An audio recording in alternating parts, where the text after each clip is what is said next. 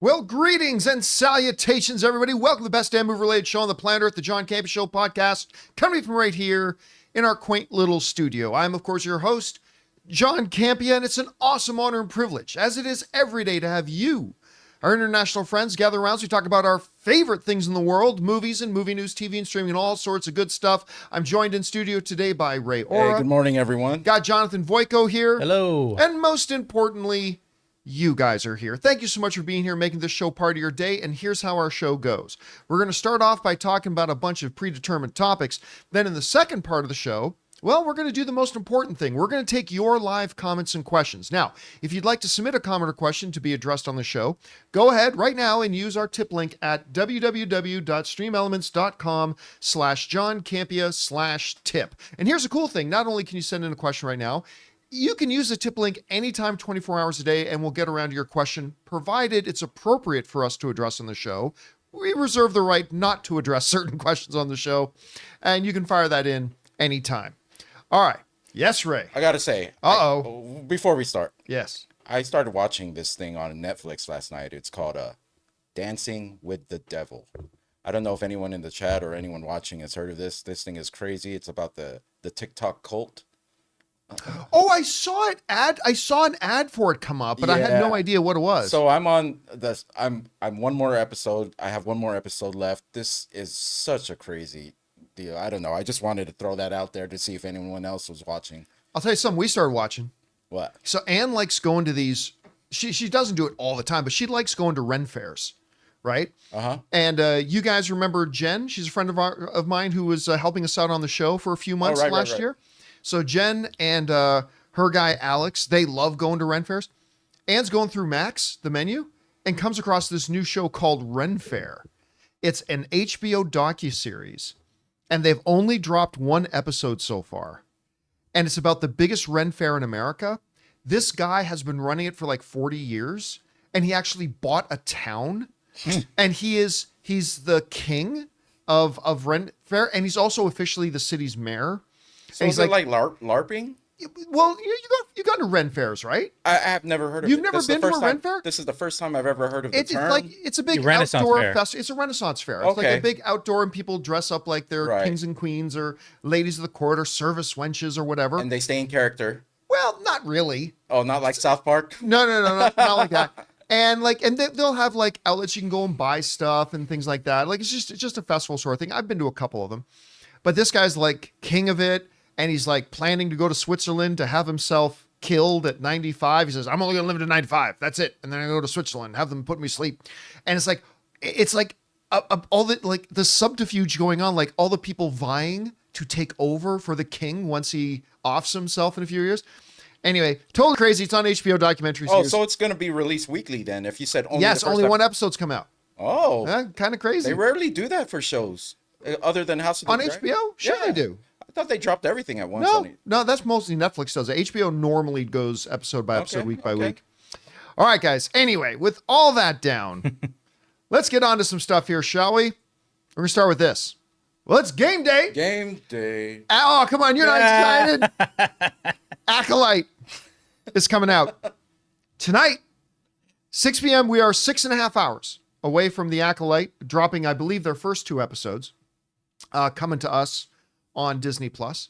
All right. And look, I've been very excited for this show for a couple of years until the trailer started to come out. Once the trailer started to come out, my enthusiasm started to drop because I just didn't like the look of the trailers. I didn't like the look of the first one. I didn't like the look of the second one. I wasn't predicting that the show would be bad. It's just that, trailers, if not done well, they can really lessen your enthusiasm. Well, then I started hearing first reactions from some people that saw the first 4 episodes, and they were really quite positive. And then I talked to a couple of people I know who have seen the first 4 episodes, and they really quite liked it. Well, today, being the day that's coming out, the official critic score for it is now out. And as of right now, Star Wars The Acolyte is holding an 83%, which is pretty good. I mean, no, that's not just pretty good. That's really quite good. Now, there's a common couple of threads, though, that come through on the reviews First of all, they're all saying the action is fantastic. They all say the action, even the people who aren't liking the show, the 17% that don't like, even they're saying the action's really great. Okay, big check mark. That's good. They're saying the new characters are really enjoyable and that the performances are really good. Okay, good. What is also a common thread, though, is even amongst the people, the 83% that seem to really like the show, there seems to be a common sense that there's something wrong with the look of the show, that it just feels like a TV series, that it doesn't have that Star Wars scope. It doesn't have that Star Wars epicness. It doesn't have that Star Wars in a vast galaxy kind of feel. They say, like, even the people who really like the show says it looks like a TV show, and that can be off-putting.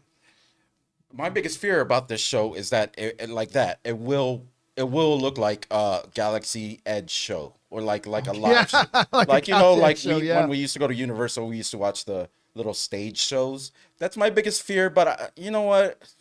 Look, if that's let's put it this way: if the worst thing about it is that it looks like, I can get past that. Right. I will get past that. That's fine. Yeah. Some of the other criticisms are about like the plot doesn't really coalesce, but they all say, but you know, we're only 4 episodes in, so that might take some time. So overall sentiments of the show seem to be pretty positive. They all seem to have the same gripes right now, like particularly with the visual aesthetic of the show. Some of the critics are saying that the humor in it works really well. Some are saying that the humor doesn't land, but that the dark stuff that they do works pretty well. So I don't know. I've gone through, dare I say, guys, I've gone through a bit of an emotional journey with this whole Acolyte thing. Like from the day they announced it, and the fact that you had Russian Doll showrunner running it, I've been super enthusiastic. And then the trailers come and I drop. And then I think, well, maybe it's just a trailer, and I talk myself back up. Then the second trailer comes and my enthusiasm drops. Then I hear the first reactions and they're pretty good. So I don't know. Tonight, though, we get to see the first couple episodes. And to let you guys know, tomorrow, we will be doing our first of the Star Wars The Acolyte after shows. We are going to do after shows, at least for the first few episodes, unless I tap out of the show, in which case we won't do any more. But we're at least going to start up a Star Wars The Acolyte after show tomorrow. So, and watch for the channel tonight as Ray and I will give our quick, 1 minute reaction to watching the first couple of episodes. The question is for you guys, where are you at right now? Are you at the peaks where I have been a few times about being really excited for the show? Are you down in the valleys where I've been a couple of times about my enthusiasm for the show? Are you going to be tuning in to watch? Whether you're excited about it or you're pessimistic about it, I think there's probably a lot of people who are pessimistic that are still going to tune in and watch it. So I don't know. Whatever you guys think, jump down into the comment section below and let us know your thoughts. All right, guys. With that down, let's move on to this, shall we? You know, one of the things we've talked a lot about surrounding the MCU has been the departure of Chris Evans as Steve Rogers and Robert Downey Jr. as Tony Stark. The two characters and guys that I would argue have been the literal heart and soul and identity of the MCU. And since they've been gone, the MCU has absolutely had some big hits. They absolutely have. They've also had some big disappointments. But even amidst the hits, they've kind of lost a little bit of that identity. And I've always said from day one that I believe at some point Robert Downey Jr. will be back. I've been saying that for a couple of years since Endgame, that at some point, might be next year, might be in 2 years, might be in 3 years or later, but at some point I believe Robert Downey Jr. will be back. Now, recently we did a topic on the show about Robert Downey Jr. saying, you know, when he was asked, do you think he'd come back as Tony Stark? He said, you know, the thing is, Tony Stark's in my DNA. And he started sounding a little bit more positive about it. Well, Variety has restarted up their Actors on Actors series, where they get 2 big actors to interview each other. And they're kicking off this new season of it with Jodie Foster and Robert Downey Jr. And in that interview with each other, Iron Man came up. And this is what was said. Jodie Foster asked Robert Downey Jr., would you think of putting the suit back on for Tony Stark? To which Robert Downey Jr. said, I've said this before. It's crazily in my DNA. Probably the most like me character, strangely, I've ever played, even though he's way cooler than I am. And again, speaking of Renaissance and coming full circle, I've become surprisingly open-minded to the idea.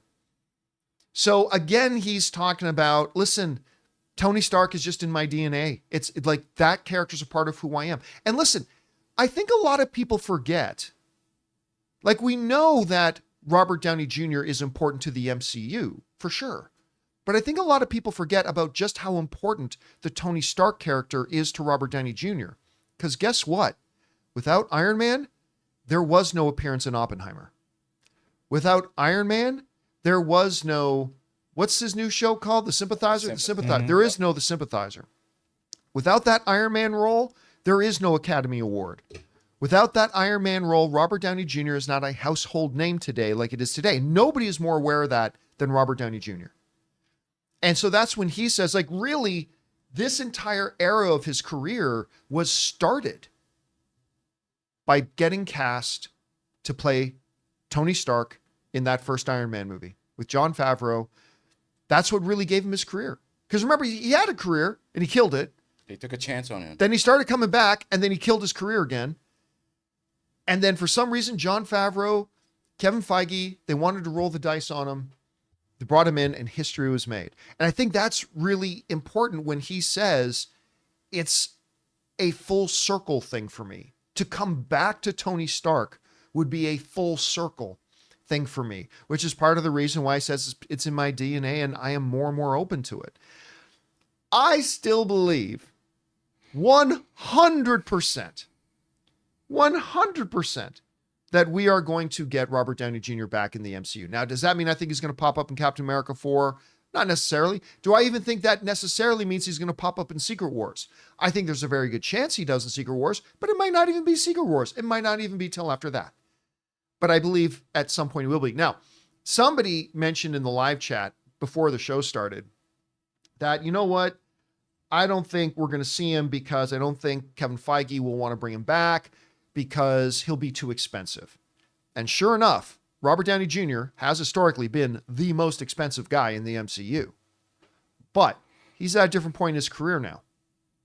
Like they had to make him the most highly paid guy when he didn't even really want to still be around and he was trying to get out of his contract a few times and they just kept backing up dump trucks of money to his house to make him come back. Now it's a little bit different. Now I think a bit of Robert Downey Jr. misses being the most popular guy in the world. And I think winning an Oscar for Oppenheimer just kind of reminded him of that. Now, remember back when I was playing Iron Man and everybody loved what we were doing and everybody was talking about what we're doing? Not a lot of people are watching The Sympathizer. I hear it's a very good show. I haven't watched it yet myself, but the numbers aren't fantastic considering you got Iron Man and an Academy Award winner leading that show, playing like 5 different roles in it. So this comment like this does not guarantee it, but I think it just plays again into the idea that I think we're going to have Robert Downey Jr. back here. And maybe sooner than we think. And you've been a firm believer of 100% that the MCU needs him right now, Well, right? here- Or Well, that they need the pillars. They need those pillars because here's the thing, right? Out of all the wonderful, great things that the Marvel Cinematic Universe did from its inception up until, say, Endgame, of all the wonderful things they did, the one thing they did not do was to prepare the MCU for a post-Tony and Steve reality, right? They never did really build up a couple of characters to be the next heart and soul of the franchise. They never had that in place. And as a result, and now some might argue that maybe T'Challa, maybe they were going to position him to be one of those. Maybe, but we'll never really know because we only got one of his own movies in there, so we'll never really know that. And so bringing back Steve and Tony permanently isn't an option, but bringing back Steve and Tony to kind of be that identity of the MCU as they properly try to position a couple of other characters to be the main lead faces of the cinematic universe, maybe, but we'll see. Anyway, guys, question is with you. What do you think about this? More and more, Robert Downey Jr. is speaking publicly about, yeah, I'd be totally down to come back and play Iron Man some more. It's a part of who I am. It would be full circle for my career. Let's talk. Do you think it'll actually happen? Or do you think that's just a pipe dream at this point? Whatever you guys think, jump down to the comment section below and let us know your thoughts. All right, guys. With that down, let's move on to this, shall we? You know, a couple of years ago, Predator got a new lease on life with Prey, a movie that had no business actually being any good, set in a time period where people with extremely primitive civilization and technology trying to fight a predator, you know, a cast of people that nobody had ever heard of, and they put it straight to streaming. Not a lot of people had faith in the movie. I certainly did not. Gonna admit right now, I had no belief in that movie. And then I went to go see it, and wow, it was really good. I would say the best Predator movie since the original. And I know there are a lot of people out there who love the second one. To be honest, I didn't. Predators wasn't bad, but I honestly think Prey was the second best Predator movie. I had a lot of fun with it. Well, then a lot of people started talking about Alien. You know, can you get Alien? And now we're getting a new Alien. But where do they go with Predator? Well, now we're getting a little bit of an insight, and it ain't a sequel to Prey. Because according to the Hollywood Reporter, multi-time Emmy and Golden Globe nominated actress for The Great, Elle Fanning, and yes, sister of Dakota Fanning, is going to star in the new Predator movie going to be called Badlands. They said this: Elle Fanning is going from great to bad. The actor known for The Great is in talks to star in Badlands, a new movie set in the Predator universe, the Hollywood Reporter has learned. Dan Trachtenberg is going to come back. He directed Prey. He's coming back. And this is all they can tell us about the idea. The premise for Badlands is unknown, but sources indicate that it will not be set in the past like Prey, but instead be set sometime in the future. It is also unknown if, like Prey, this will go straight to streaming. I have a feeling, I'll just get this part out of the way, I have a feeling they had wished they put Prey in theaters. By the time it was all said and done, there was regret over there that they didn't put it in theaters. But, so I think this one will probably go. I am a little perplexed that we're not just getting a sequel to Prey. Because I forget the name of the girl who started. Mid-Thunder. Mid-Thunder, that's it. She was fantastic. She made me believe that someone from that era could use their own instinct abilities and knowledge and everything to fight a predator. She made me believe it. And the surrounding characters, her family and all that kind of stuff, wonderful characters. The way that movie ended seemed to set up the idea for a sequel. So I'm a little bit, and Amber Mid-Thunder talked too about, we're talking about doing a sequel. We're talking about doing a sequel. I wanted a sequel to Prey, straight up. Now, just because they're doing this doesn't necessarily mean that we won't get a sequel to Prey, but that's what I want to see. Still, there are some intriguing possibilities here now. Because they take a predator fighting humanity in a very low technology era in Prey to maybe fighting humanity in a more advanced time of technology than our current present time. That could be interesting. Also, Elle Fanning. She's incredible. She's really, really good. Like for a long time, I thought it was just, oh, people are just putting her in stuff because she's Dakota Fanning's sister. But oh my God, she's a really good actress. Like I said, multi-time Emmy, Golden Globe nominee, like across the board. She's everything I've seen her in. I've always been impressed with her. Not that I've loved everything she's been in, but I've always liked her. So this works pretty good. And you're bringing back the director of Prey. Again, disappointed it's not a Prey sequel, but I'll give it the benefit of the doubt for now. This could be interesting. Anyway, question is for you guys. What do you think about this? We're going to get a new Predator movie. It's not a Prey sequel. It's going to be set in the future, apparently, and it's going to star Elle Fanning. A lot of interesting things there, but how do you feel about it? Are you excited for it? Are you going to adopt a wait-and-see sort of mentality? Whatever you guys think, jump down to the comment section below and let us know your thoughts. All right, guys, listen.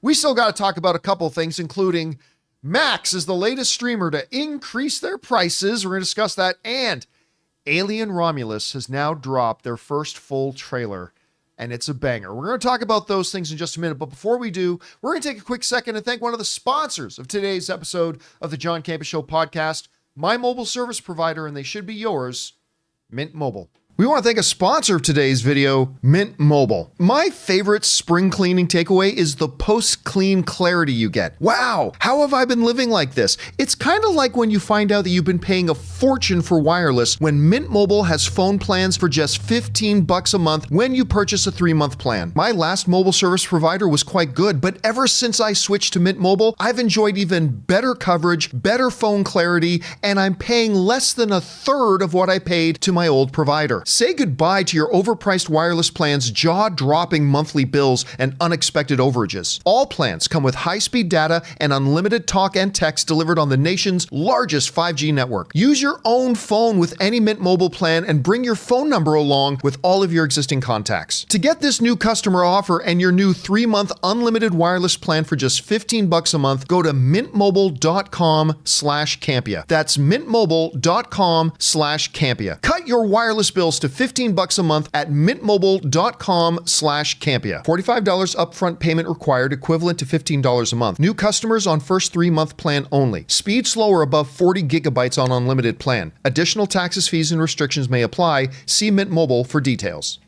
And thank you to our friends at Mint Mobile for being my mobile service provider and for sponsoring today's episode of the John Campea Show podcast.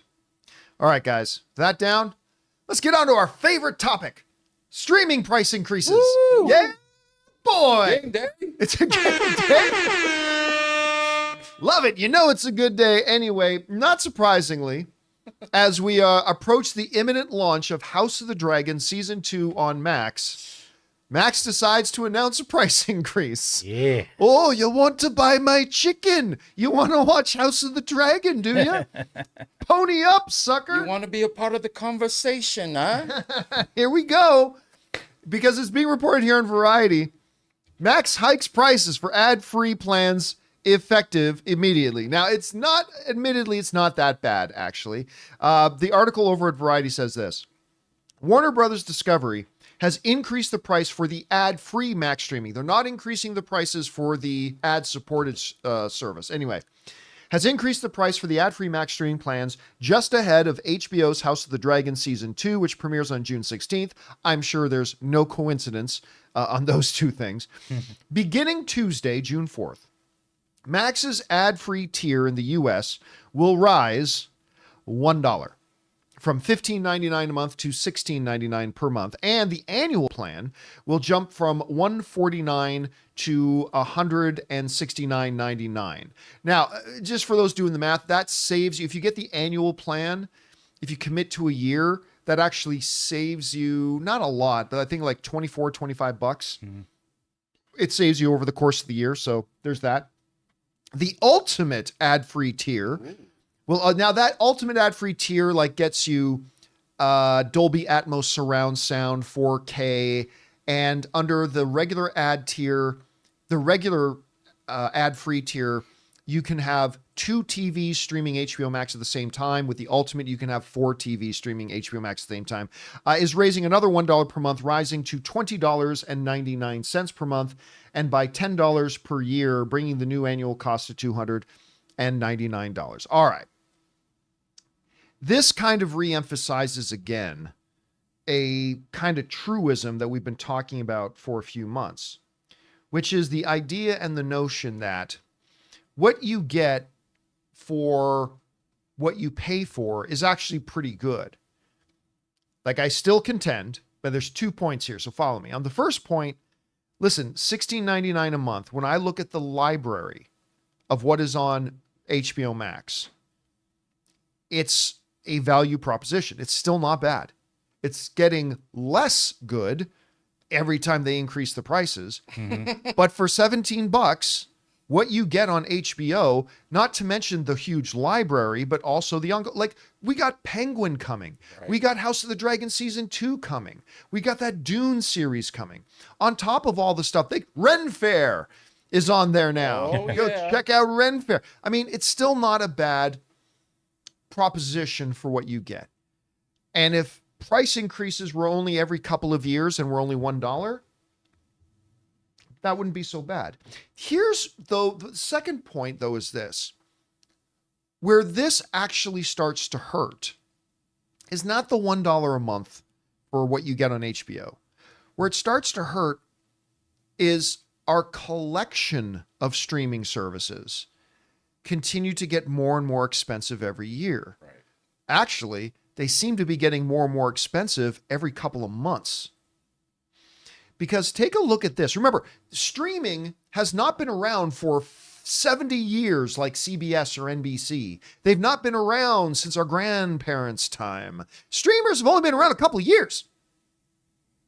Some of them like 3. But I want to take a look at this about where, and we're talking about our basic ad-free plans, not ad-supported, not ultimate premium, but like the straightforward ad-free plans from where they started to where they are now. Hulu for ad-free used to be $10 a month. It is now $18 a month for an 80% price increase. Max started, now granted, Max only relaunched itself a while ago, but it started at $14.99. It's now $16.99. Netflix, for your access to everything, full regular ad-free plan, used to be $8.99, now $15.49. Disney Plus has doubled its price, 100% increase, doubled its price since just a couple of years ago, from $6.99 to $13.99, or $7 to $14. Paramount Plus has gone from $9.99 to $11.99. Apple TV Plus has doubled its price. It's still the cheapest out there, but it's doubled its price from $4.99 to $9.99. Again, doubled its price, but still the cheapest one there. And Peacock has gone up 40% from $9.99 to $13.99. Now, I'm not going to, what if I did some math here? So we got 24, 25, 36, 37, 51, 66, 76, 82, 92. That's $100 right there. That's $100 a month just for those ones. And that's without the ultimate premium tier. Right. That's $1,200 a year. You just out now. Again, this is why I say, even as I go down that list, the amount I use Hulu, $18 a month for ad-free is not bad. The amount I watch Max, $17 a month isn't that bad. The amount my wife watches Netflix, $15 a month isn't that bad. The amount I watch Apple TV, particularly the quality of Apple TV, $10 isn't that bad. The amount that I watch The Office and Peacock on, or The Office and Parks and Rec on Peacock, $14 a month isn't bad. Yeah, not bad, not bad, not bad, not bad, not bad, not bad. Oh my God, when you start to add it up. And that's not even all the streamers. There's a few other services you can have too. And some people like to have the 4K Dolby Atmos streaming, and some you can be paying like $130 a month for this. Those bundles are starting to look real good right Now, now. that's the thing. That's why the bundles. And I want to point something else out. Notice how right off the top I mentioned that they did not increase the price of their ad-supported tier. Yeah. Do you remember what I said about 6 months ago? I said on this show that what we're starting to see is that the streamers are realizing cable had it right and we've got it wrong. The real money is to be made in ads. And I said about 6 months ago on this show, what you're going to start to see is little bit by little bit, they're going to start increasing the prices of the ad-free tiers, but they'll keep the ad-supported tiers where they are because they're trying to herd us like sheep to go into the ad-supported plans, because even though it's cheaper, they make more money off us there because they're slamming the commercials at us, right? And that's fine. I mean, there's nothing inherently wrong with that. If that's what they want, it's still our choice if we want to do it. I would rather pay the extra $4 or $5 a month to not have to watch commercials. I can just pause the show whenever I want, but whatever. But listen, it again makes the point that whereas a year or two ago, we just have all the streamers, but we are now at a point and getting more and more into it where we as consumers are going to have to start picking and choosing which services we want to use. It also brings up churn.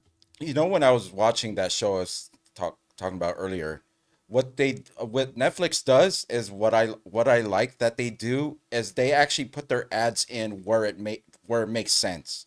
Like it just doesn't abruptly go into a middle of someone speaking the dialogue. They actually cut it in to where I was actually okay with the ads. Like you know what I mean? Like they cut it in parts where it made sense and like the show would keep rolling. Like and it wouldn't pull me out of the show. Because if you watched the movie like on cable, like on TNT, let's say it's Rocky 4, right in the middle of the training montage, commercials will happen. I hate that. I if you're gonna give me ads, I like when they're placed properly, is what I'm saying.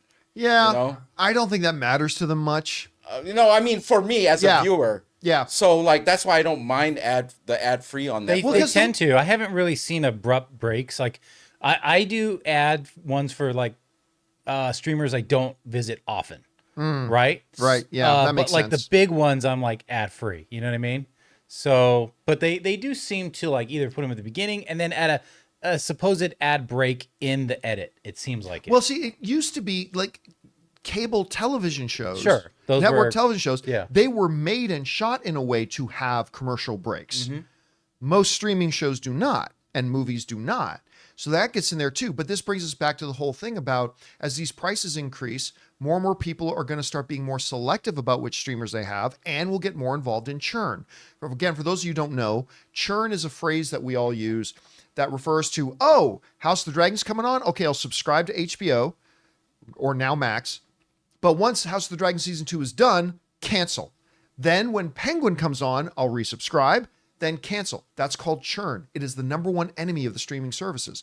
So that's why you're starting to see HBO, Max, Disney Plus, and Hulu, they're going to offer a bundle deal. We actually had a viewer yesterday that actually said he re-upped his Max because House of the Dragon is. I mean, coming back. that's exactly it. It's a churn. well, thing, and then right? they're going to coordinate release dates so that you're strategically like, I can't let go of these two because Right. they're They about want you signed up Yeah. to the bundle deal so that, okay, House of the Dragon is done, but now, I don't know, a new Black Panther show is coming up on Disney Plus. So you don't want to cancel the bundle, right? So that's how they're going to fight churn.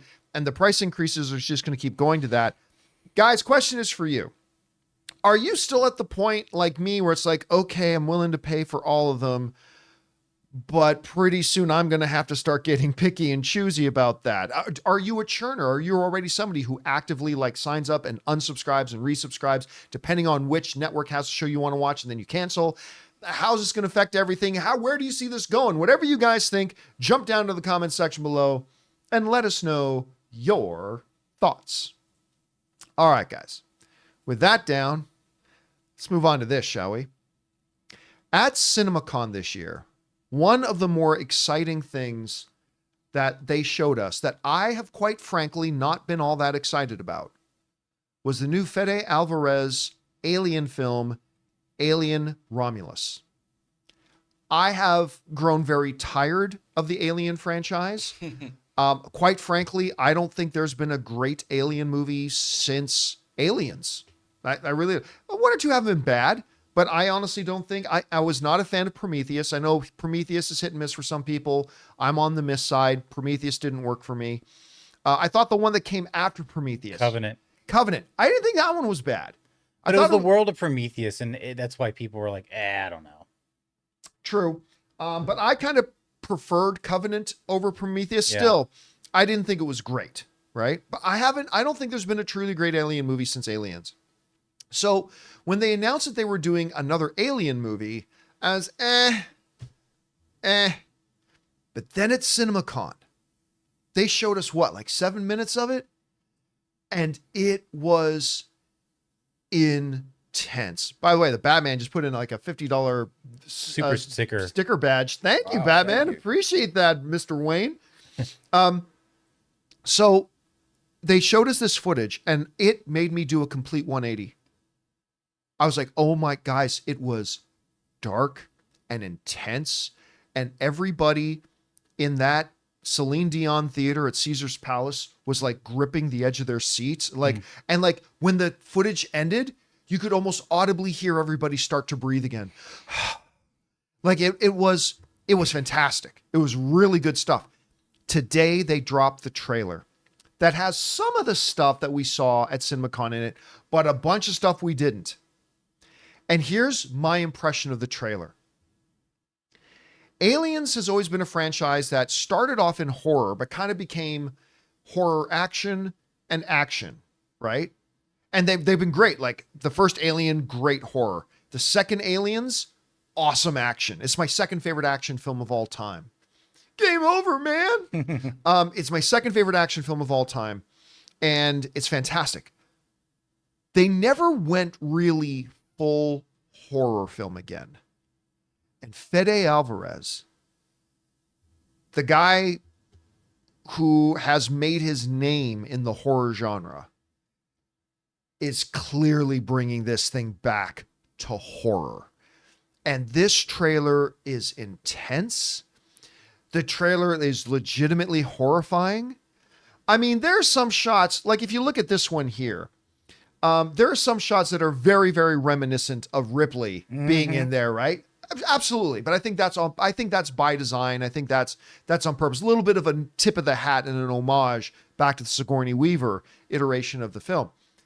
All that there, guys, I have gone from why on earth are they wasting their time and our time making another Alien film to, oh my God, I cannot wait to watch this. And I am super stoked about it. I loved this trailer. Jonathan, I heard you watching it a little bit earlier. What did you think about it? I'm in.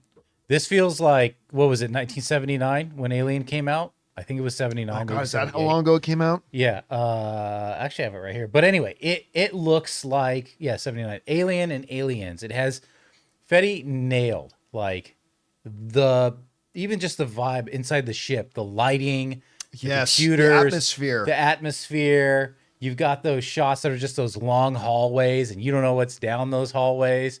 I'm excited for this. This thing looks like it's going to just be back-to-back, like, jump scares and tension-building moments. It's not going to be like, oh, the science of it all, and let's find out the meaning of mankind. No, it's aliens, run! It's aliens, run! You know, they showed a quick glimpse of a scene they showed us at CinemaCon where she like holds the thing behind her back so you can transparently see through Yeah, it. I had that shot up earlier. They showed us that scene. Uh-huh. And I'm telling you, in context, it is horrifying. Imagine you're seeing that inside you and it's about to burst out, so you know you're about to die. Oh my God. That scene is intense. Ray, what do you think about it? I'm thinking, like, I would have been with you against, like, when they announced this new film, but then we got Prey. And I was hoping that this movie could revamp this franchise if it needed it, like Prey did. And it looks really good. I mean, if you played that, Jonathan, did you play that Alien game that just came out? The Alien I know about it, Isolation? but I haven't played it. There's so much scares in that game. It's crazy. Like I am excited for this film now. They got my ticket or my money, whatever it is. Yeah, dude, I'm excited for this movie. And you know, I'm with you in the sense that when I saw Prey, there's a part of me that thought, well, maybe they can do it with Alien, but it's completely different people doing it. Right? Yeah. But you know what? And sometimes, like these newer, what do you call these when they release a movie like a more modern or like a revamp of like a reboot, basically. Reboot of a franchise. Yeah. Sometimes they can work really well. I know I know probably you guys didn't like that reboot of RoboCop, right? With Joel Kinnaman. Did you? And Michael Keaton? Yeah. I'll tell you what, it was nowhere near as good as the original. No. I didn't think that movie was all that bad. See, terrible. I like that too. So like Michael Keaton was great in it. I'm hoping this movie does this for this franchise. The alien thing, there's nothing like it. I don't think out there like the scares that it used to give. I only watched the first Alien, the one you guys told me to watch. I think that's honestly you all didn't see Aliens? No, I watched the one where they were a group. There was a group that they sent a fire team, and then that's Aliens. Yeah. At the end, she was in that big yellow. No, then you saw Aliens. That's the second one. Aliens. No, you saw the second one where she's in like the big robo. Yeah, at the end. That's Aliens. That's the second one. The first one, it's a crew on a ship, much like this, and it's a horror. It's more of a horror film. Okay, who's the human villain in that movie? There is no human villain. Well, Paul Reiser is Paul kind of- Reiser. That's the one I Yeah, watched. that's the second film. Yeah. Okay. So is that the better film out Oh, of? no, they're very different, right? They're just different. The first one, like I often compare it to say like Terminator and the Rambo movies, right? The first Terminator was very different from the second Terminator. The first Alien film is a dark horror film set in outer space. The second one is more of an action film. You know what I mean? So they're very, very different. I hesitate to say which one is better because they're such completely different movies. Yeah. Like the first, like First Blood is completely different from the first Rambo movie, Right. right? Like Oh yeah, they're definitely. completely different, and that's the way it is here. I gotta So watch the first one anyways. I think Yeah. I should. You should. Just So your cues add up. You got to get the Knives Out. You got to get the first Alien, and then the first is something else we talked about. I'm not gonna- Inside Out. I'm not Inside gonna Out. lie. I might watch Alien first, just because I liked Alien so much. Yeah. So, All right, guys. Question is for you. Did you have a chance to see the trailer for Alien Romulus? Look, the footage I saw at CinemaCon got me excited. This trailer now has me fully on board. I cannot wait to watch this movie. I'm stoked about it. Maybe it didn't work for you. Maybe you watched and thought it looked boring. Maybe you loved it like I did. Maybe you're somewhere in between. Whatever you guys think, jump down to the comments section below and let us know your thoughts. All right, guys. With that down, we're now going to move on to the most important part of our show, which is taking your live comments and questions. But before we do, we're going to take a quick moment here and thank another sponsor of today's episode of the John Campea Show podcast, our friends at The Wellness Company. Guys, we want to thank a sponsor of today's video, The Wellness Company. Okay, so you wake up with a scratchy throat, congestion, runny nose, and cough. You know your body. You know you're getting sick. So your choices are tough it out, get sick and take time off work, or hope the doctor can see you this month, or wait 2 hours at urgent care and sit in a room full of sick people, or open your medical emergency kit. Match your symptoms to the doctor-recommended prescription. Start on the right meds and nip this in the bud now. Your medical emergency kit is not a first aid kit. It comes with doctor-prescribed meds to treat over 39 medical issues. Strong antibiotics for infections of all types, strep throat, pneumonia, UTIs, bronchitis, and so much more. Plus, a doctor's easy guide so you'll know exactly what to take and when. There's no waiting to see the doctor, no waiting at the pharmacy. It's all in here. Every home should have at least one medical emergency kit. Order yours online in just minutes. Your kit will be rushed right to your door, and you can get 15% off at twc.health/Campea and use promo code Campea when you check out. That's promo code Campea at twc.health/Campea. And thank you to our friends at The Wellness Company for sponsoring today's episode of the John Campea Show podcast. Continue on, explain, Ray. Yes, bro. At the end of Aliens, what's the actor's name again? Sean Bean. It's not Sean Bean though. I mean, no. Oh my gosh. Yeah, It's the same guy from Terminator. Yeah, and he should have been Cyclops. A lot of people thought he should have been Michael Bean. Sean So Bean. Michael Bean survives at the end, right? And they get into the pods. But at the beginning of the next Alien Which film, is what? He's already dead. Which was what? Aliens. I can't remember the name of it. Alien. But, So it's Alien 3. he wakes up to find out that there's another creature on board and it killed Yeah. the little girl. No, it didn't kill the little girl, did it? I can't remember. I think But it so. I definitely think they killed both him. He's died because gone. people were upset. Yeah. It was Alien 3. And then she was in that prison colony. Yeah, and he's gone. He's dead. It's anyway. So just there's not been a great Alien film since the second one. Anyway, all right, let's get on to your questions here, shall we, Jonathan? What we got up Jay first? Loco says, "What a historical day! Mexico has elected their first woman president. Claudia Sheinbaum and Eddie has elected their first Venom animal, Horsey McVenom. Ironically, both candidates will soar their people into a new tomorrow. I'll tell you what. Puns. I went back and I watched that Venom 3 trailer again a couple of times. I'm standing by it. I think it's a really fun trailer. Again, but that is because to me, as somebody who really loved the first Venom movie, I had a ball with it. The DNA of that trailer felt very in line with the things I loved about the first movie. And now that doesn't mean the movie is going to be good. Maybe it continues a downward trajectory like Venom 2 did, and maybe it doesn't end up being any good. That's totally possible. I just know that I like the trailer, and it stood out to me. All right, what's next? Edvis says, saw Furiosa over the weekend, really liked it, but almost didn't go because I saw it'd be on VOD on 6/25. Studios have to stop these short windows. Not that Furiosa will be But it's not a coincidence that billion-dollar movies aren't on VOD after 3 weeks. I mean, Did look, we answer this yesterday? Well, maybe we did. no, a lot of people have been asking about it though, and Okay. it's the same thing. It's every time these studios act like imbecilic morons and like have these really quick to home video things, they are conditioning the audience to, number one, don't go see it in theaters because it's just going to be out. You just literally have to wait a few weeks. And number two, they kill repeat viewing because once you pay to see it once, it's like, now I'll wait for just a couple of weeks to watch it again. They are killing their own industry. Now, of course, yesterday we covered the story that Disney has decided that for Inside Out, they're going to give it a full 100-day theatrical window.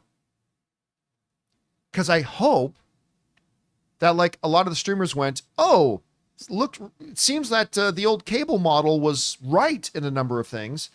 We start in the last year or two, we've been starting to see the studios realize, oh, the older model was what worked best. Hopefully we're going to start to see more and more studios realize, oh, let's maybe start giving our films a real theatrical window, because we're not hurting the individual film when we do a short theatrical window. We're hurting future movies that come after it because we keep conditioning the audience that you don't need to come see our movie. And that's going to kill the industry if they don't straighten that out real damn quick. You fucking idiots. You studio heads. Like what the fuck are you doing? You're being so insanely ignorant.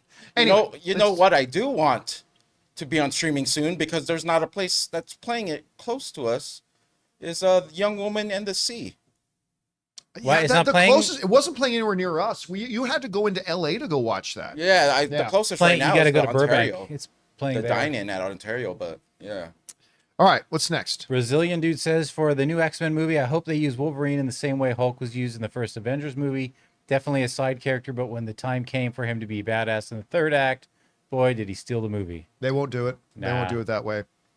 Because he's not a monster either. You can't just be like, let me unleash Wolverine. He can be. Yeah, but he also is. There have been times, certainly in the comics, where he is a mindless, Yeah. just killing He machine. could rage. For sure. But again, where a lot of people say, really, it's like trying to do an X-Men universe stuff without leading off with Wolverine. But when I say leading off, I don't mean you have to start with a Wolverine solo movie. That's not what I mean.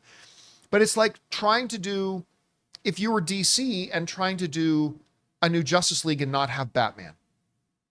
Like, Batman is by far the single most popular character they have. And whether or not they should make everything revolve around Batman, that's not the issue. But you don't launch a Justice League in DC without Batman. He is globally the most recognizable and the most popular character. In the realm of the X-Men, I'm sorry, there's no debate. The most popular global character and most recognizable and most liked character out of the X-Men ranks is Wolverine. There's no question about it. You can't come out without leading off with a Wolverine, which is why they did it back in 99 when they started off. And they'll do it here again. Not that he has to be the main guy, not that everything has to revolve around him, but from a business point of view, you don't come out with X-Men without your most popular X-Man. There's just no way they're going to do it. At least I don't think. So we'll see. All right, what's next? Okay, Sam Fisher has a two-parter. In addition to my Knives Out tip yesterday, like how the theme of Knives Out is when people think they deserve something, they will do anything Knives Out to get it. Glass Onions is a glass onion may be pretty, but it's see-through and empty. I think Wake Up Dead Man's theme will be Wake Up the Dead Man and don't follow blindly and brainlessly, or something along those lines. It'll be about thinking for yourself and blind faith, which I think fits in with the idea of televangelist or a preacher. This is just expanding. Okay. No, televangelist or preacher. That's topics you cover in the 1980s. I don't think that's something they do today. I don't know. Maybe it could be. It's also flexible interpretation, right? Like you can look at that and kind of bend the interpretation to what you think it'll be. And maybe that's what Rian Johnson's doing. Look, all I know, by the way, I heard today that Thomas Hayden Church, I think I read somewhere that Thomas Hayden Church is now the latest guy to join Knives Out. Right? Knives Out 3. So we thought there might be one more. Yeah, I thought there would be. I didn't think we were done with the Josh Brolin casting. I have loved Thomas. See if you can find a picture of Thomas Hayden Church. Oh, I'm sure that's possible. I have loved Thomas Hayden Church ever since he played a little character called Lowell on Wings? a little series called Wings, which, by the way, when you go back and look at the cast of Wings, Tony Shalhoub got his real first big break on that and everything. But Thomas Hayden Church, I think, is a phenomenal actor. I thought he should have maybe won something for it. The wine movie, not Upside, Sideways, not Upside, Sideways. I thought he could have gotten some award consideration for that. I think he's phenomenal, and his addition to the movie is great. On Wings, he kind of played that same character that Cheers had with what's his name? Kind of like a little bit of a dimwit, but Like Woody. Woody, Yeah. kind of like Woody on Wings. But I've loved him so much since then. Anyway, all right, what's next? All right, James Wheeler with a $20 tip. Thank you, James. Hello, everyone. John, I know it's a common expression, but when you say at the end of the day, are you partially referencing Les Miserables? He's not, but I will tell you, he uses that expression at the end of the day a lot. And every single time in my mind, I go, you get nothing for nothing. Every time he says at the end of the day. Also, the actress who played Eponine on stage was Leah Salonga, a Filipino. Oh yeah. Oh, yeah, she was great. Yeah. And there's going to be hell to pay at the end of the day. At the end of the day, you get nothing for nothing. It's a great look. Les Mis is filled with awesome music, man. It's so good. But you know, it's funny because I do use the saying a lot. At the end of the day, a lot of people use the saying. It's a very common thing. Or long story short. And long story short, Anne once said to me, you know what? I hate that phrase, at the end of the day. And what does it mean? It doesn't mean anything. I don't think people should use it. And then like 2 days later, I took her to see Les Mis, and there's the whole musical number. At the end of the day. Yeah. Anyway, such a good piece of music. Guys, if any of you have not actually watched Les Mis, watch Les Mis. And look, there's great movie versions too. I'm not talking about the movie version. If you ever have an actual production of Les Mis somewhere around you, please go see it. It's so good. Jean Valjean and Javert is like one of the greatest protagonist-antagonist pairings, I think, in storytelling history. Like not just TVs or movies or play. I mean, storytelling history. Jean Valjean and Javert is like one of the absolute greatest. Javert is one of my favorite antagonists ever too. Like a guy, well, I won't spoil anything because you haven't. But anyway, go see Les Mis if you get a chance. All right, what's next? Tron says, the real question we should ask regarding Venom 3 is, will there be an Eminem song for the end credits of the film? Also, chances for Eminem cameo with Eddie and Miss Chen running into him in Vegas. Yeah, I like that song he put at the end of the last. Why not? I mean, Eminem seems to be stretching out into doing other things today. Yeah. Look, it won't make the movie any better, any worse, but I could see Eminem doing a quick cameo in it. Him and Tom Hardy are buds, so why not? All right, what's next? Okay, so I think that might have been a part 2 of his part 1, but it wasn't listed. In my opinion, people are overthinking the Venom bar scene in the trailer. When Eddie gets sent back to his universe, he's sent to that exact same bar. That's a variant of the MCU bar, where Venom drops the symbiote at the exact same place he did in MCU. But it was still weird that the other character was there. That the other character was there, that there also happened to be a little fragment of the symbiote there. Again, listen, there could be a very, very simple explanation. It could be a little bit more complex. We're going to have to see. It does, listen, that first trailer raises a lot of questions. And we also got to remember, in talking about that Venom 3 trailer, it is a first trailer, right? First trailers aren't supposed to give us too much and whatever. They just drop a lot of questions. And, I mean, considering Eddie was just in the MCU universe where Baron Mordo is. Yeah. And now he's back in his universe where a guy, not that he ever saw Mordo, but I mean, a guy who looks exactly like him, the same actor. Is he a variant of Mordo there? I mean, who knows? We'll see. A lot of big questions. All right, what's next? Alex Von Gollum says, hi, y'all. About the Two Towers, what a gorgeous scene composition is the one with King Theoden's introspection. Where is the horse and the rider with the light of the sunset so bright filling the room and him at the center? The light creates an aura as if it is telling us at that moment Theoden starts his character's elevation towards the heroic level he reaches. The elevated prose from Tolkien seals the deal. You know, I've always said my favorite character in Lord of the Rings and my favorite character in all of literature is Boromir. because there's a story of redemption, a story of a flawed person who makes mistakes, but at the end of the day, there's that saying again, at the end of the day, he redeems himself, right? And there's something that I find very beautiful and inspiring about the character. But Theoden King, every time he spoke, it was something epic, particularly the way he was portrayed is just unbelievable. And by the way, I can't remember if it did for the Two Towers, but I know the cinematographer won the Academy Award for Return of the King. I can't remember if he was nominated or won for Two Towers, but listen, everything about the Lord of the Rings films, the writing, the directing, the costuming, the set design, the cinematography, the performances, the music, the visual effects, it is such a perfect package. Those Peter Jackson Lord of the Rings films are such a pure, perfect package.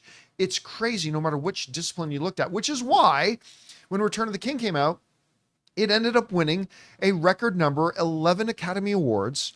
No film in history has ever won more.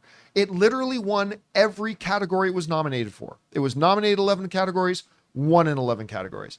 And I don't think we're ever going to see that again, to be honest with you. I don't think we're ever going to see it again. All right, what's next? But if you guys want to see it again, you can see them in theaters this Saturday, Sunday, and Monday, and next Saturday, Sunday, and Monday if you want to split them up. So check them out. Chef Rigo. I love Pan's Labyrinth. So good. So why won't they make a normal version of it? Nothing against Mexico. I just don't speak it. So the movie is unwatchable, but it looks so cool.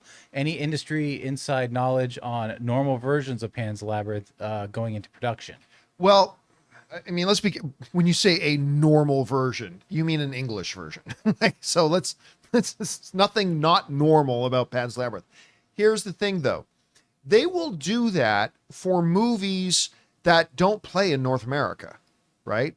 For instance, you had Infernal Affairs, my all-time favorite cop movie. So they did a English remake of that because it never played in theaters in North America, Infernal Affairs. So they made The Departed. Martin Scorsese made The Departed.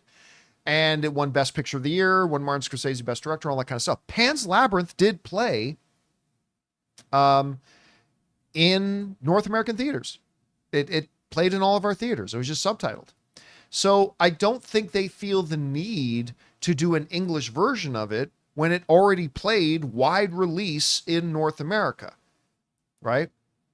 The Asian version of The Grudge didn't do that. The Asian version of what's the one with the girl who comes out of the TV set? The Ring. The Ring didn't do that.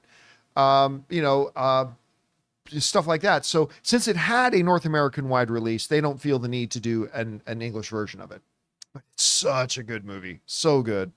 All right, what's next? Anonymous gives some support, so thank you for that. Thank you, Anonymous. And then Good as Dumb and Dumber. Hi, John, second time tipper. Have you seen Jet Li's Fearless?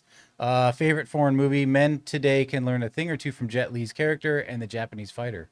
I have seen it. I've seen, unless I'm mistaken, I have seen every Jet Li film. I mean, I've loved Jet Li since I was a kid. Jet Li is just amazing. I actually got to work on a Jet Li movie. And I'm freezing on it's the one he does. Is it the one? Hero? Yes, it was the one. We worked on the visual effects company I was working at. We did some work on the one, and it was like giddy, like just a pure giddy moment. Like I didn't get to meet him, don't get me wrong, but it was just a pure giddy moment, knowing that in some small way I was involved in working on a film that has Jet Li in it. I mean, and listen, Jet Li's like Hero, right? Most cinematography wise, the most beautiful film I think ever shot. Most beautiful film ever shot. Every frame is a work of pure perfection and art. There's just so many Jet Li films that I absolutely love. Anyway, all right. Wasn't Lethal Weapon 4 kind of his first like American crossover? Yes. To, like... Well, there was Lethal Weapon 4. Was there one before that? No, I think that was it. I think that was his big introduction to the North American audience. Yeah, it was like late 90s. Oh, dude is so good. All right, what's next? James LH says, John, one of the things I've enjoyed on Disney Plus is their original documentaries, the hour-long behind the scenes of Star Wars, and MCU shows, the ILM series. I just finished the ILM series. It's it's called Light and Magic. Right. So good. Yeah. The Harrison Ford one, and now I've just watched their latest by Ron Howard on Jim Henson. I want to see that. Oh, I haven't seen that one. I heard that one. You know what? It is a really kind of cool thing they do, that when they put out one of their premium series, like an MCU show, a Disney or a Star Wars show, they'll then follow it up with a behind the scenes little docu-series about it. It's like their special features on a Blu-ray. Yeah, you know what? That's exactly what it's like. That's their equivalent to it. And sometimes I think they give a lot more than the Blu-rays ever do. Yeah, they 100% they do. And you know what? Even for the series, the Marvel and the Star Wars series that they put on Disney Plus that I don't really like, I always get something out of those behind the scenes docu-series. Yeah, I do. definitely. I kind of hope, HBO does a little something like that, like at the end of each episode, like with Game of Thrones and House of the Dragon. They do that little thing at the end of each. At the end. I hope more of them start to do what Disney Plus does with that, because I find it to be really interesting. All right, what's next? All right. James LH is back. John regards pineapple on pizza. It was invented by a Greek-Canadian cook named Sam Panopoulos in Ontario. So Canada is responsible for the Hawaiian pizza. Yeah. Tell us, John, how do Canadians look at this piece of history with pride? Is Sam a good Canadian kid? Listen. In your face. All the greatest In my people mouth. can do I love dumb it. things. I mean, Spielberg made the Terminal. Every good person, and even the greatest country in the world, Canada, is not all gold and diamonds. We make mistakes. Pineapple on pizza is one of them. Just one of those. It's one of the darker sides of Canadian history. The dark side of Canadian history. That's the difference between the States. And the States' dark side of history is some really dark shit. Canada's dark side is we put pineapple on pizza. I hope all you guys. I'm pretty sure there's darker sides to Canada than that. Pineapple on pizza is as dark as it gets. I hope everyone discovers this one thing. Oh, I know the phrasing, Brandon. That was I could turn off my ears like that. So I never heard what he just said. Oh, yeah. You didn't hear anything I just.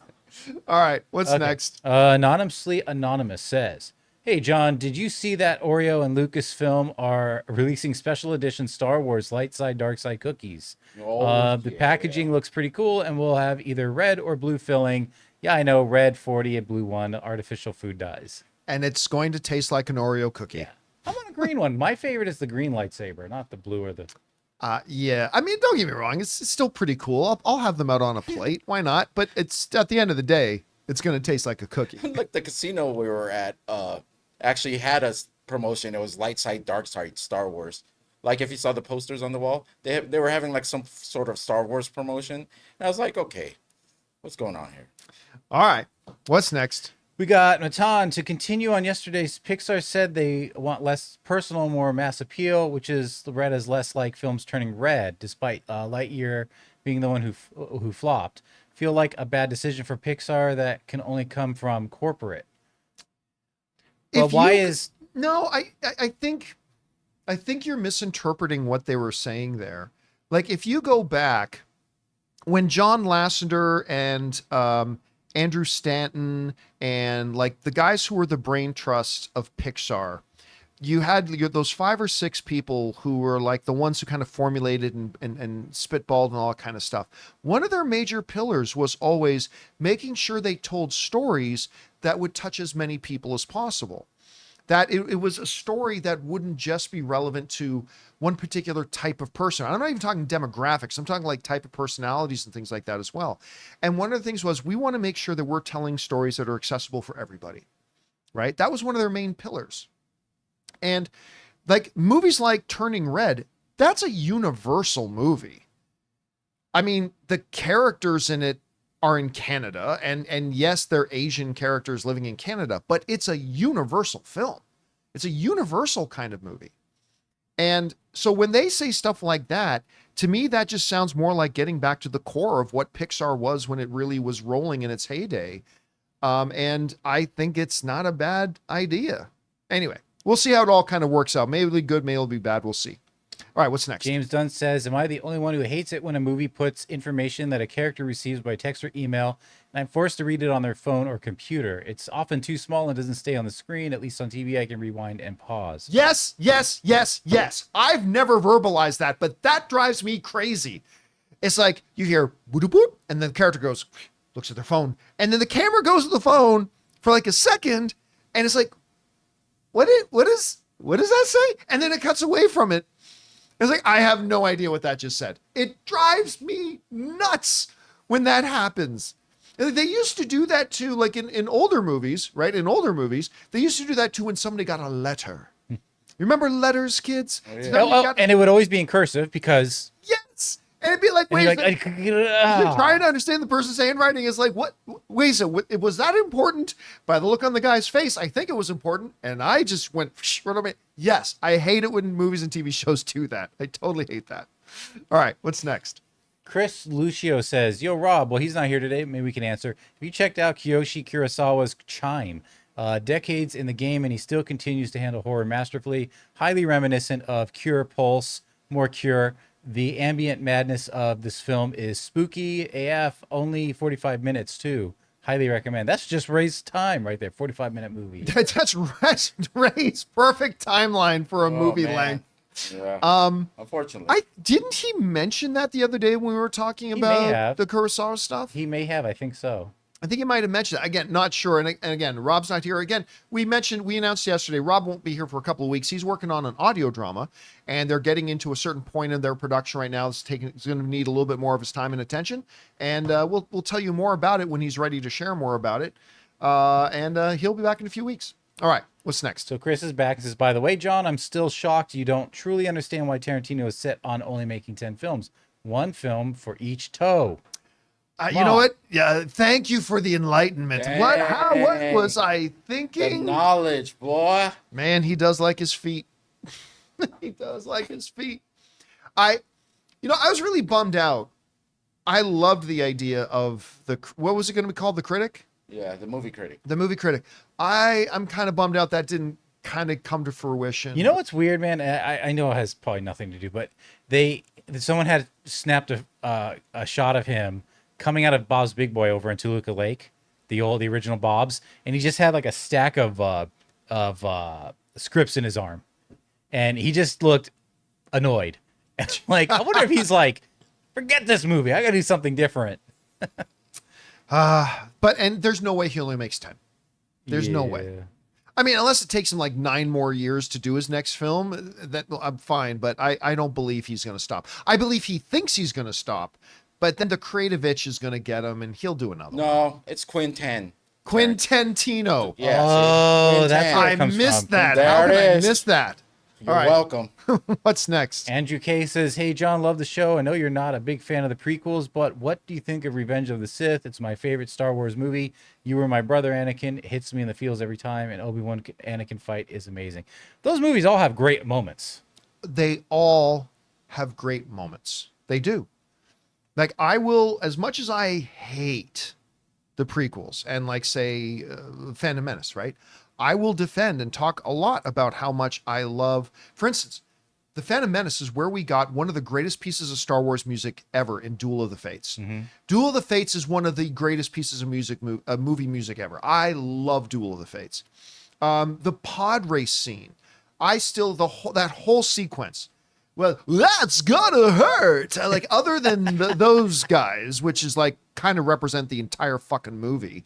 But aside from those, the pod race sequence is thrilling and intense and fun. Obviously, you got the whole Qui-Gon, Obi-Wan, Darth Maul fight at the end, which I think is absolutely wonderful. I mean, there's moments in all those movies.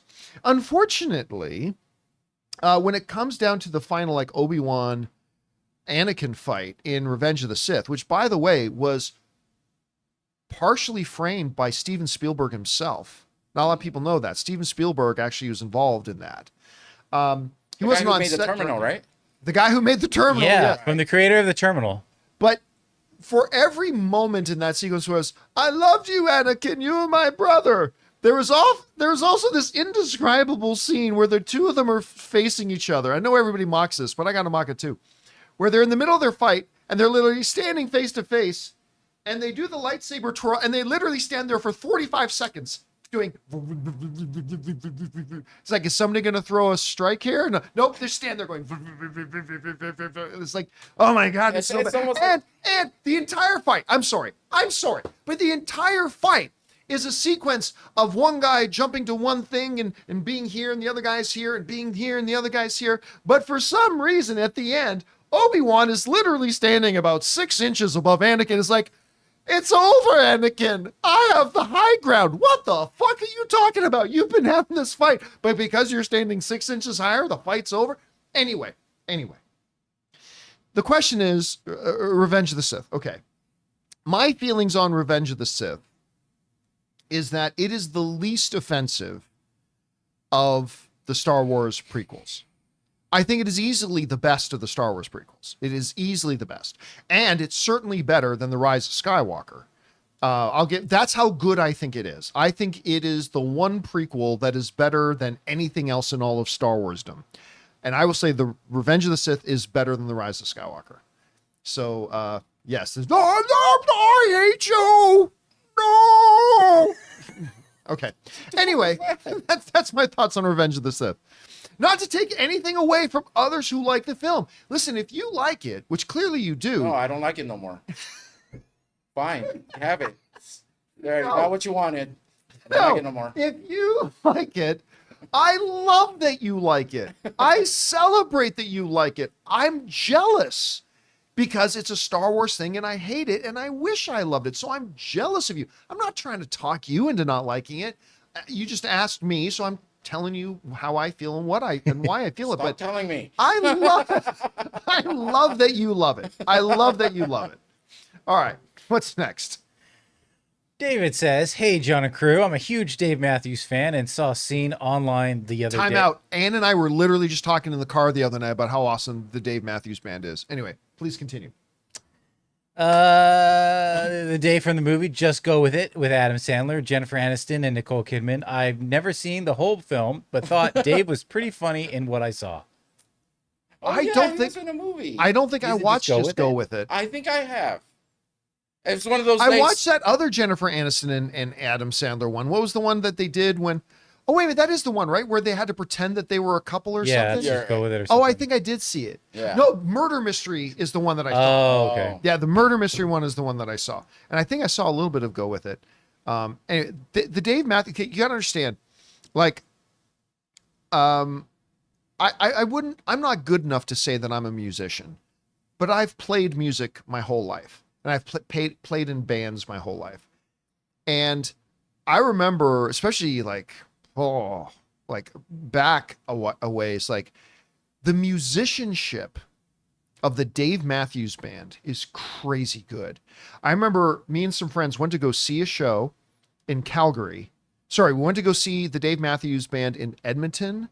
And then we liked it so much, we literally got in the car and just said, we're going to Calgary. And we drove to Calgary to see the show the next night. I mean, yeah, he's a really good, but I don't think I saw him in that movie, unfortunately. All right, what's next? Murray Reich says, history will happen at this year's Stanley Cup final. It's either the Panthers winning their first cup or it's a team breaking the Canadian curse. Who do you think will win? What do you mean the Canadian curse? What is this? A Canadian team hasn't won the Stanley Cup in a while. Oh, okay. I mean, it's always won by Canadian players, but very rarely, especially lately, has it been won by a Canadian team. Oddly enough, it coincides with the date the pineapple pizza was created. That's when it came into existence. Florida's looked really good. I remember Florida went to the Stanley Cup final last year too. They got upended though by the Las Vegas Golden Knights. They look really good, but I think if both teams play at their best, and both teams in any sport rarely both play at their absolute best, but if the Panthers and the Oilers play at their full potential, I think the Oilers win in 6. And I've been flip-flopping back and forth on that, like minute by minute. But today I feel like if you got Connor McDavid flying around the way he does it, and he's got a great supporting cast around him, I think the Oilers finally do it. But I'm not willing to put money on that because Florida Man looks real strong this year. Real strong. All right, what's next? All right, Milo has a vent to vent. He says, Strange World is not a Pixar movie. I don't care if it's made by Disney and you think Disney and Pixar are the same studio just because Disney owns Pixar. I guess all Pixar movies are technically Disney movies, but not all Disney movies are Pixar movies. No, not at all. And I've explained this 1,000 times, though. Yeah.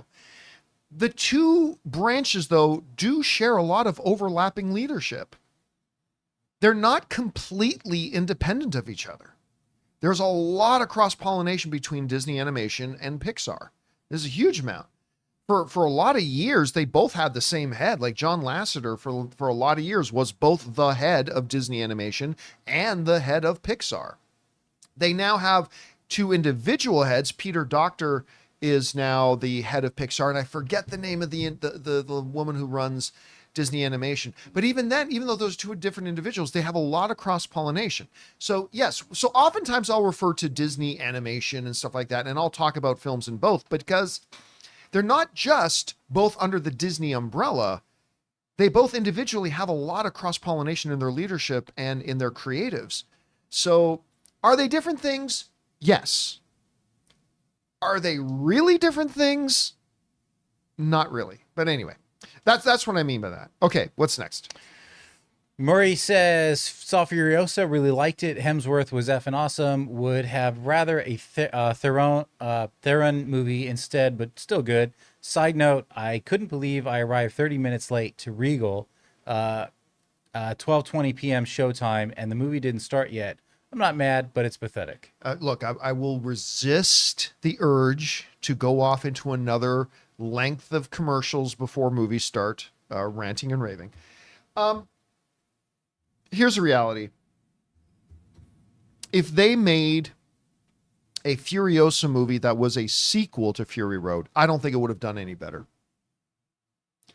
Like, when you really sit down and think about it, not many people went to go see Fury Road as it was. It was 9 years ago. You're doing this dark dystopian kind of thing that is not everybody's bag. It's certainly mine. I love the movie, but I don't think it would have done any better. I really don't. Now, you know me, I would have preferred for them to tell a sequel. I prefer movies going and stories going forward. I would have preferred that.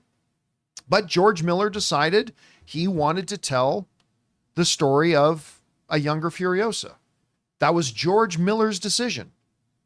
That was the creator of the Mad Max universe's decision. The guy who created all of it and made all of it, it was his choice.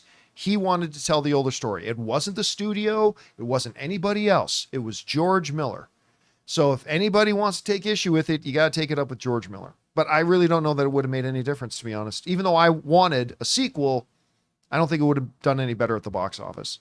All right, what's next? Ryan Dude says, I think that Carlos Esposito is playing GW Bridge in Captain America 4.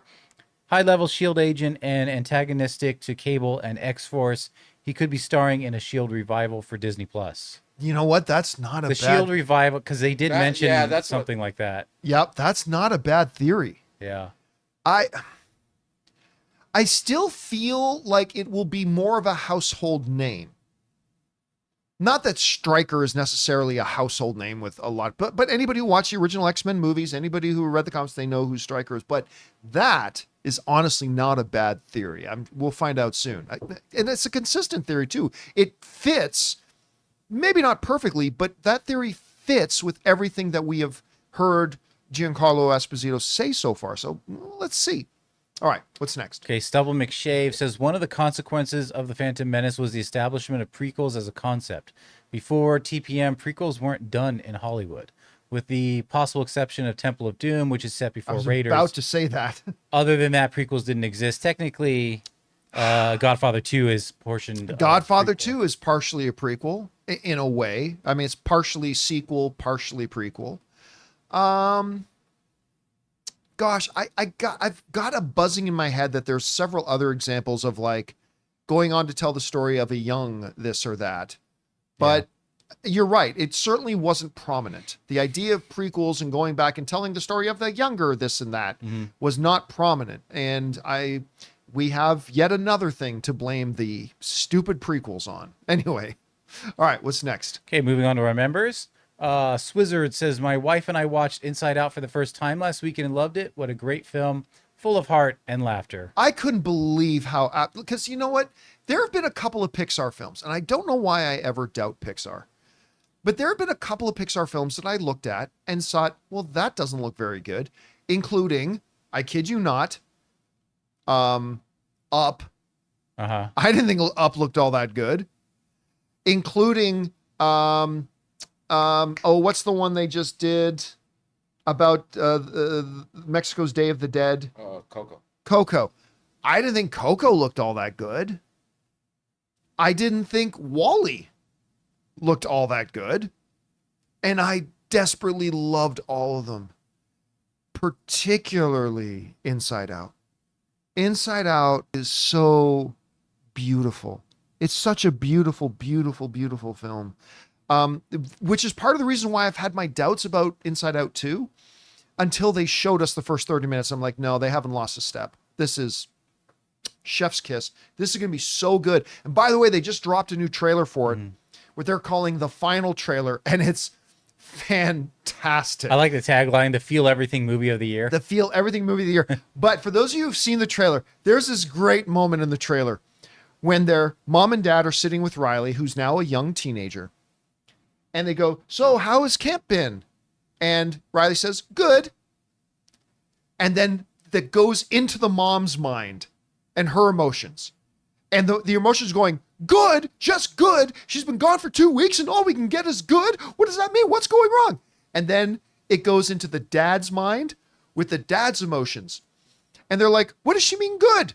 And the other emotions goes, well, it means good. Asked and answered. Let's get back to the game. It's like, it's so perfect. Not the difference between the male and the female mind.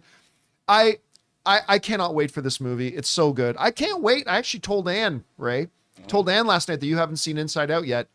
And she goes, good. Cause we're due to rewatch that movie. Get them over here. Let's watch it. Cause I want to watch it again. So I cannot wait for you to see it the first. I think it might be top 4 Pixar. Inside Out might be top 4 Pixar, and that's saying a lot. But anyway, all right, what's next? Jay Superboy says, Sugar is the Martian Manhunter detective show I always wanted. Again, I don't want to give the twist away because it's such an important twist. Sugar's really good. I'm not going to say it's the best show on Apple TV, but it's really good. And there's a great mystery to it, really good twist. Colin Farrell's great. I really enjoyed the show a lot. I really do hope they do a second season. All right, what's next? We got Todd Naparex, who says, with trailers before movies, is there a financial incentive for a theater to show a certain amount of trailers before the feature, or is it just up to the discretion of the theater and how many they put in front of a film? There is a minor, like I'm talking pennies on the ticket. There is a minor financial thing. The thing is, movie theaters, they're shooting themselves in the foot because they think we want people who are in the theaters to come back to the movie theaters. Get that. Totally get that. That's why when you walk in a movie theater, you can't go 2 feet without there being another poster on the wall or a big standee or whatever, because, hey, now that you're here, we want to make sure you know about all these other movies coming. We want you to come back. Totally understandable. I get it. The problem is the head guy of Paramount Studios brought this up at CinemaCon last year, not this year that we just had, but last year. When he got on stage and said to the movie theater owners, guys, please reduce the number of trailers you're showing because you're showing so many trailers. People don't even remember which trailers they saw. Like by the time you get to trailer 7, people forgot what the second trailer was. Mm-hmm. Like you're just making this big blurry mess now, so it's not being effective. Yeah. So anyway, there's that. I don't think they have to do the 3 trailer model like Arclight, but 5 max. I would say 5 max. Yeah, that's what I'm saying. That's it. Max should be 5. 10 minutes, 11 minutes, 12 minutes of trailers. Okay. I think that's max. I prefer the 3, but 5, I think, is anything over 5 is unacceptable, I think. All right, what's next? Blackberry says, I love the new Alien Romulus trailer. I don't know if it's enough to get everyone excited, but it worked on me. It gives me the original Alien vibes where real fear became a tangible character in the film. How did it hit you guys? Atmosphere, man. Atmosphere. You know, this trailer reminds me a lot of some really good Asian horror. Because when you look at particularly the previews for a lot of Asian horror films, atmosphere is so important. They use atmosphere so well. Look, this movie will not be for everybody. Not everybody likes movies about aliens. Not everybody likes horror movies. I don't think we could drag Chris Carr to go see this movie, right? It's not going to be for everybody. So 100%, like this is not going to be $100 million opening weekend movie by any stretch of the imagination, but it's a modestly budgeted film. I think it's really going to hit its demographic, and I think it's going to do well for itself. But yeah, it's definitely not for everybody. All right, what's next? Eric Hendershot says, not a question, but thank you to everyone on the show and especially to the chat community for the love they showed. Had partial amputation surgery yesterday. Really appreciate the love I got last Friday. So is that that's Mr. right. I, or wasn't that Mr. I who said that last week? Yeah, and it was On like foot. part like a toe or something like that. I can't remember, but yes. Anyway, speedy recovery, man. Glad you're here and you're part of our community. Really appreciate you being here. All right, what's next? Okay, JT Scott says, just finished Shogun on Hulu. Wow. I really hope they do another season as I wanted to know where each character goes next. So glad The Boys, House of the Dragon, Bridgerton for my wife are back, but waiting till December to release season 4 of Slow Horses is criminal. It's funny whenever I bring up, like even last night, we went out with Ryan last night. And even last night, whenever I bring up, man, June's going to be big. We got the Acolyte, we got House of the Dragon, we got The Boys, and then Anne always comes in. We got the second part of Bridgerton. It's like, okay, second part of Bridgerton. That's it. That's it, man. This is going to be a great month for TV, though. Really, and I'm glad you got around to watching Shogun. Guys, if any of you have not watched Shogun, you are missing the best TV show in years. It's not 10 years, but the best TV show in years. Like, make sure you go check it out. All right, what's next? We got No Country for a Bad Movie says, greetings from Hamilton. What do you miss about your hometown? I'll try to enjoy it on your behalf. Hamilton is the greatest city in the world. It's the Canadian version of the Steel City, named that because it's got giant steel mills there too, but it's beautiful. The things I miss the most, I miss the escarpment, also known as the mountain. Hamilton is broken into two pieces, basically. There's the mountain and there's downtown. That's basically so you got all these streets. Like the major streets in Hamilton are downtown. It's Kenilworth, Ottawa, Sherman, Gage, Wellington, Wentworth, Fennel, all these streets, right? And then up on the mountain, they have the exact same streets, but they're called Upper Gage, Upper Sherman, Upper Ottawa, Upper Wentworth, Upper Wellington, as they go east to west. It's great. And as the escarpment is the area of that town right at the edge of the mountain where you can kind of oversee Lake Ontario. You can see Toronto across the lake. It's just gorgeous and beautiful. I love the escarpment. And my favorite restaurant anywhere is in Hamilton. It's called Chicago Styles Pizza Shack. It's up on Upper Sherman. And it's like some of the best Italian food in a restaurant I've ever had in my life. So there's that. All right, what's next? Brandon Collins says, hello, John and crew. If you could have a legacy sequel to either Rounders or The Color of Money, which would you choose? Well, The Color of Money is a legacy sequel to The Hustler. To The Hustler, yep. So then I guess I would say Rounders. Yep. I mean, because I'm more of a poker guy, clearly, than I am of a snooker player or a pool player. I do like playing pool, but I'm more of a poker player. Rounders. Johnny fucking Chan. Don't splash the pot. I would, yeah, but only if you got John Malkovich back to play the Russian. All right, we got time for one more. What's next? Okay. Derek Sanchez says, hey, crew, want to know if the Venom movie, you think there will be any reference to Spider-Man in the movie since they showed a piece of Venom left behind in No Way Home? I just don't think so. I mean, okay, the reason I think there is a chance that there is a Spider-Man reference is because in that one post-credit scene, we literally saw Venom see Spider-Man, Tom Holland's Spider-Man on TV. Yeah. Right? So I think there could be a reference. I don't think we're definitely not getting an appearance of Spider-Man, but I think there's a pretty decent chance that maybe there's a reference. I wouldn't doubt it. Not to mention, the Spider-Man kind of looks a little bit like Venom. He might notice that. Yeah. So I think there's a decent chance we get a reference. Anyway, guys, that'll do it for today's installment of the John Campea Show podcast. Thank you so much for being here and making this little show part of your day. Big special thank you to all you guys who sent in the questions. Number one, because you gave us fun things to talk about. But number two, you supported our channel as you did it, and all of us involved with the show. Thank you guys so very much for your support. Don't forget, guys, keep an eye open on the channel a little bit later tonight as Ray and I will do our quick reaction to the Acolyte episodes 1 and 2.